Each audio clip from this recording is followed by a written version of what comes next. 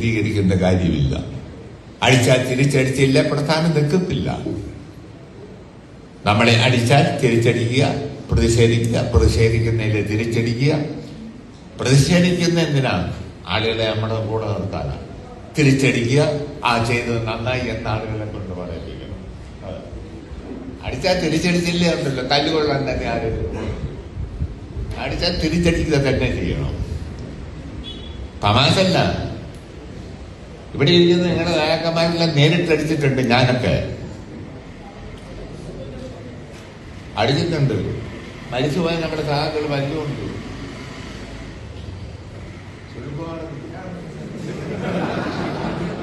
നേരിട്ടടിച്ചിട്ടുണ്ട്. നേരിട്ട്. അല്ലാതെ ചുമ്മാ സൂത്രപ്പടി കൊണ്ട് പ്രസംഗിക്കാൻ നടന്ന ഓവ പ്രസ്ഥാനം കാണുകയില്ല. ഇവിടെ എത്ര പേര് നമ്മുടെ സഹാക്കളെ എത്ര ആളുകളെ കൊന്നെന്നറിയോ? എത്ര പേര്? കാമരാജ് എങ്ങനെ മരിച്ചു? കാമരാജിനെ കൊന്നു, തങ്കപ്പനെ വെട്ടിക്കൊന്നു, നിരവധി ആളുകൾ. അയ്യപ്പദാസ്, പാപ്പമ്മാട് ഭദ്രാവത്തർ, അത് വെടിവെച്ച് കൊന്നു പരവർഗം. അതിനെല്ലാം നേരിട്ട് നിങ്ങൾ തമാശല്ല. നിങ്ങൾ പലരും നേരിട്ട് നിന്ന് അടിച്ചിട്ടുള്ളവരാണെന്ന് എനിക്കറിയാം. അല്ലെങ്കിൽ എന്നോർത്തപ്പോ നാളെ മുതൽ ഇറങ്ങി കവലയിൽ നിന്ന് സംഘർഷം ഉണ്ടെങ്കിൽ നമ്മുടെ കൂടെ എടുത്തതും കിട്ടിയല്ല. നിൽക്കൂ, സമാധാനമില്ലാത്ത പോക്കെടുത്തതും കാണിച്ചാൽ നമ്മുടെ കൂടെ ആരും നിൽക്കുകയല്ല. ആളുകൾ പറയണം, നമ്മളെ അടിച്ചാൽ തിരിച്ചടിച്ചു, അത് കൊള്ളാം. ജനങ്ങൾ അംഗീകരിക്കുന്ന മാർഗം സ്വീകരിക്കാം. അത് ശരിയായില്ല മണി സഖാവ് ചെയ്തതെന്ന് പറഞ്ഞാൽ എല്ലാ സഹാക്കന്മാരും അങ്ങനെ ചെയ്താൽ പിന്നെ പ്രസ്ഥാനം കാണുമോ? കാണുകയില്ല.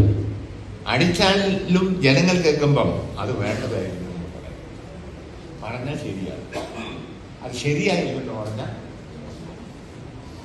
അതാണ് ഞാനീന്റെ ബലപ്രയോഗത്തിന്റെ നിയമമുള്ള. കമ്മ്യൂണിസ്റ്റ് പാർട്ടിയിൽ കമ്മ്യൂണിസ്റ്റുകാര് ബലപ്രയോഗത്തിന്റെ മാർഗം സ്വീകരിക്കുന്നത് കേൾക്കുന്നവരും കാണുന്നവരും ജനങ്ങൾ ശരിയാണ് എന്ന് പറയണം. അത് ശരിയായില്ല എന്ന് പറഞ്ഞാൽ അത് ശരിയായില്ല, അത് തന്നെയാണ്. അതുകൊണ്ട് ജനങ്ങൾ ശരിയല്ല എന്ന് പറയുന്ന മാർഗം നമ്മൾ സ്വീകരിക്കരുത്. ജനങ്ങൾ ശരിയെന്ന് പറയുന്ന മാർഗം നമ്മൾ സ്വീകരിക്കണം. അതേ നമ്മൾക്ക് പാടുള്ളൂ. അല്ലെ നമ്മൾ ജനങ്ങൾക്കിടയിൽ ഒറ്റപ്പെടും, പ്രസ്ഥാനം ദുർബലപ്പെടും. നമ്മുടെ കൂടെ നിൽക്കുന്ന ജനങ്ങൾ മറ്റു വഴികളിൽ നമ്മളിൽ നിന്ന് പിരിയും. ആ കാര്യത്തിൽ യാതൊരു സംശയവുമില്ല.